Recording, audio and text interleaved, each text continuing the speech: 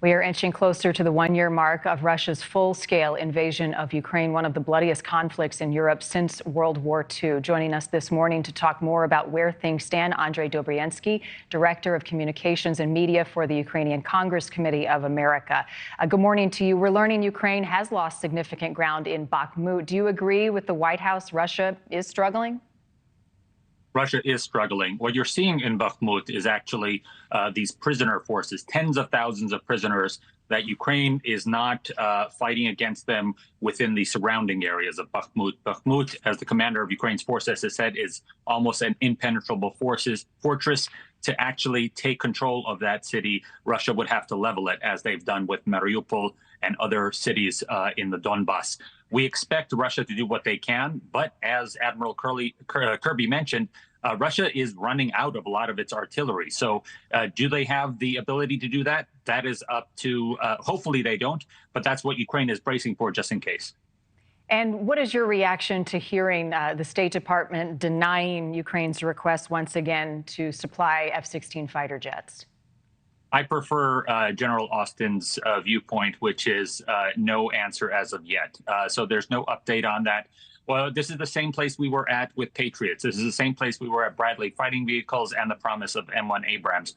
So far, none of Ukraine's allies, of which they have way more allies than Russia has, none of Ukraine's allies have gone back on their promises. So Ukraine and its allies are going in one forward direction, which is to slowly make sure that Ukraine, for the future, foreseeable future, Russia will not be able to do this ever again. How do you interpret the significance of President Biden's upcoming trip to Poland? Huge. We, of course, would always like a return for a sitting U.S. president to visit Ukraine. Obviously, President Biden visited Ukraine and spoke in the parliament back when he was vice president. But we haven't had a sitting president of the United States visit since George W. Bush. So if there's a possibility that he follows literally in his wife's footsteps and crosses over into Ukraine, that would be incredibly powerful. We also know that he visited with refugees back when he was in Poland earlier last year. So it would be absolutely helpful, but also it would be helpful for him to have these face-to-face conversations with our allies on the ground and understand, as when I was in Poland and when I see the Patriots surrounding a Polish airport, a civilian airport, when I see how much people are supporting Ukraine on the ground, you get a better sense of things as opposed to just sitting in a situation room. In addition to the need and want for fighter jets, there are some reports, according to the AP, indicating Ukraine is using up its ammunition much faster than its allies can supply it. How big of a problem is that? The problem is that the rest of the West needs to start, and Ukraine's allies in general need to start supplying Ukraine much more than they were in this drip fashion. Yes, the West has helped Ukraine. Yes, the incredible howitzers that have been basically running nonstop so long as they have ammunition, those have helped Ukraine immeasurably.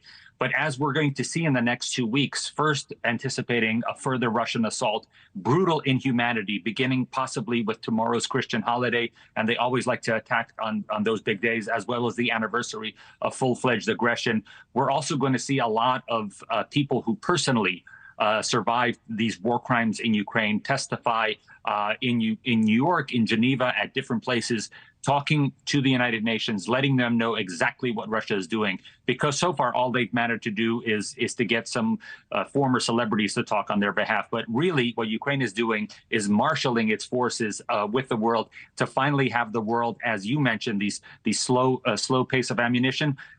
Ukraine is marshaling its diplomatic forces to make sure that the rest of the world is finally going to give Ukraine as much as it needs for this spring. And there are those who are giving Russia what it needs. What concerns you about the meeting that is taking place between Iran's leader and China's leader? Well, this is the problem for not recognizing that Russia, like those other countries, including Iran, is a state sponsor of terror. Russia has been relying on Iranian munitions. They've been relying on ammunition from North Korea.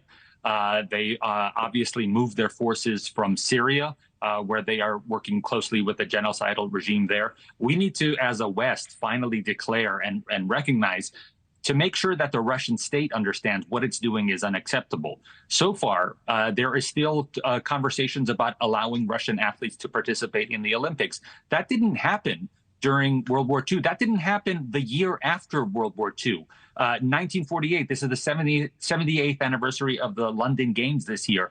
And we did not allow Germany or Japan to take part in those games until they reformed themselves into something much more democratic. We cannot allow Russia to be at the table for all these other events so long as their people are murdering people. We are at a global crossroads. Andrij Dobriasky, as always, thank you for your time this morning.